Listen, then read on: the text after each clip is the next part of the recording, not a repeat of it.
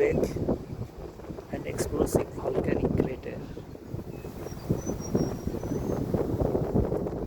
এই হলো blue lake, Mount Gambier, south Australia. জলের রং বড় অদ্ভুত, কোবাল্ট ব্লুর সাথে মিল আছে। কোবাল্টের রং যেরকম নীল হয় সেই রকম অনেকটা।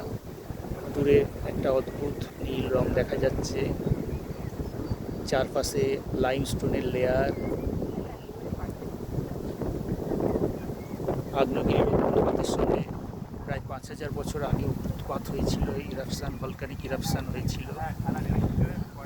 লাইমস্টোনের মধ্যে যে সমস্ত ফাটল থাকে সেই ফাটল দিয়ে জল প্রবেশ করেছিল ম্যাগমাটিক চেম্বারে, এবং যার জন্য বাষ্পের সৃষ্টি হয়েছিল। সেই চাপের ফলে নাকি এইখানে উৎপাত হয়েছিল, যেটা এখানকার বিশেষজ্ঞরা বলেন, ভূতত্ত্ববিদরাও যেটা বলেন। এবং সেই ব্লু লেক এর সঙ্গে ইরাপশানের সঙ্গে প্রচুর ছাই বা অ্যাশ ইরাপটেড হয়েছিল। চারপাশের মাটির মধ্যেও এই অ্যাশ লক্ষ্য করা যায়। এখন আমি আরেকটা ক্রেটার দেখাবো, পাশেই রয়েছে, সেটাতে কোনো জল নেই। পাশেই এখানে একটা সুড়ঙ্গ দিয়ে যাওয়া যাবে। রাস্তা করে দিয়েছে। এই যেটার নাম হলো মার্টন লেক ক্রেটার, এটাতে কোনো জল নেই। এটা ওই প্রায় ৫,০০০ বছর আগে ইরাপশান হয়েছিল।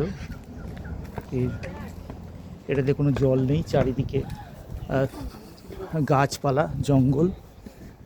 সম্ভবত ১৮৭৬ সালে এখানে প্ল্যান্টেশন শুরু হয়েছিল।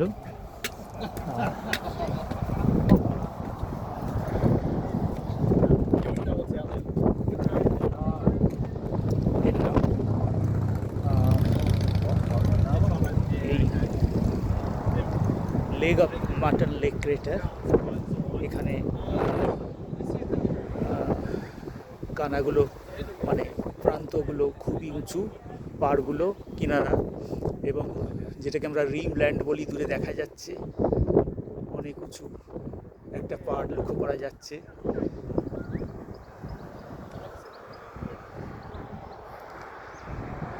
কিছুটা কনিক্যাল শেপও দেখা যাচ্ছে পাড়ের মাথায়।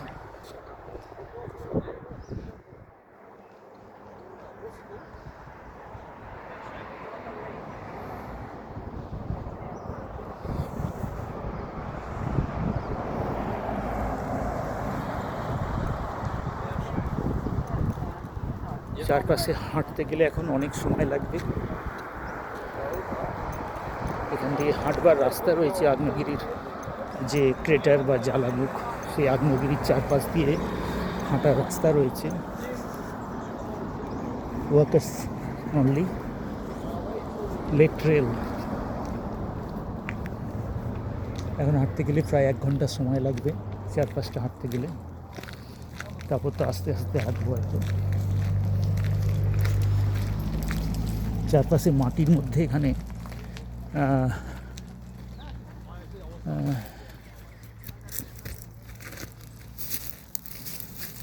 ছাইয়ের স্তরও রয়েছে মনে হচ্ছে। হ্যাঁ, ছাইয়ের স্তরও লক্ষ্য করা যাচ্ছে।